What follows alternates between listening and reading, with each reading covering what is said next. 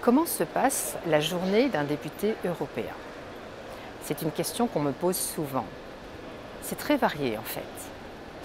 D'abord, une députée voyage beaucoup. Certaines semaines, je suis à Bruxelles, d'autres à Strasbourg, et j'ai aussi un bureau à Lyon. Je participe à des événements sur un secteur très large. La Corse, Provence-Alpes-Côte d'Azur, Rhône-Alpes. Je vois du pays, c'est sûr. Autre exemple, j'ai été invitée pour être avec vous à Verdun pour le congrès de Nous aussi. Malheureusement, je n'ai finalement pas pu venir. Je le regrette beaucoup. À la place, je vous envoie cette vidéo. Ensuite, une députée, ça vote des lois. Ça se passe au Parlement de Strasbourg. C'est le cœur de la démocratie européenne. Les députés se retrouvent à Strasbourg une semaine par mois.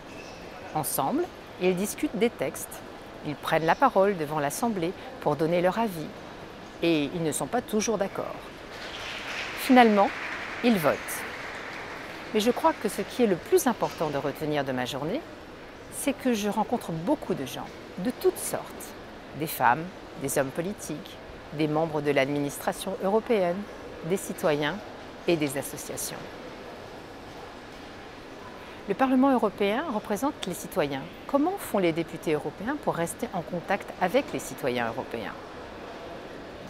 Pour rester en contact avec les citoyens européens, il faut les rencontrer. Et j'ai de nombreuses occasions de rencontres.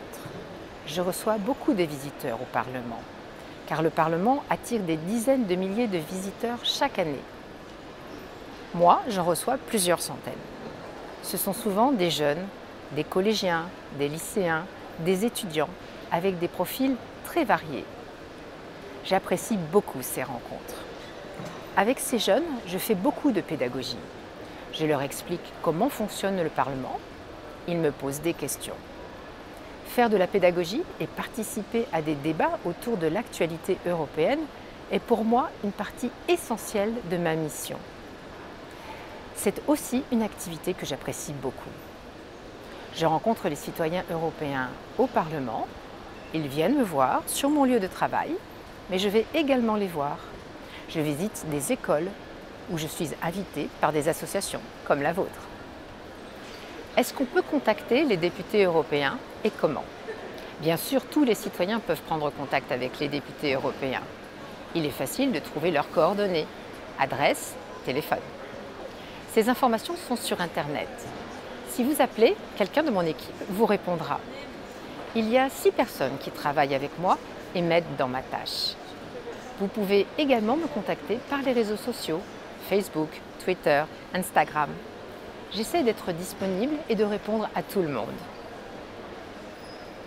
Est-ce que vous pensez que votre travail a des conséquences concrètes pour la vie des gens? Quand on vote une loi, oui, il y a des conséquences concrètes. Par contre, il faut parfois être patient. Prenons un exemple. Nous avons voté dernièrement un texte pour interdire les objets en plastique jetables, comme les pailles pour boire, les verres en plastique, les cotons-tiges, les sacs de supermarché en plastique. Si nous faisons cela, c'est pour protéger les océans. Beaucoup de ces objets de plastique se retrouvent dans la mer. À certains endroits, ils sont tellement nombreux qu'ils empêchent de nager. Et beaucoup de poissons meurent en les mangeant par erreur. C'est une catastrophe écologique. L'avenir de la planète, c'est très concret.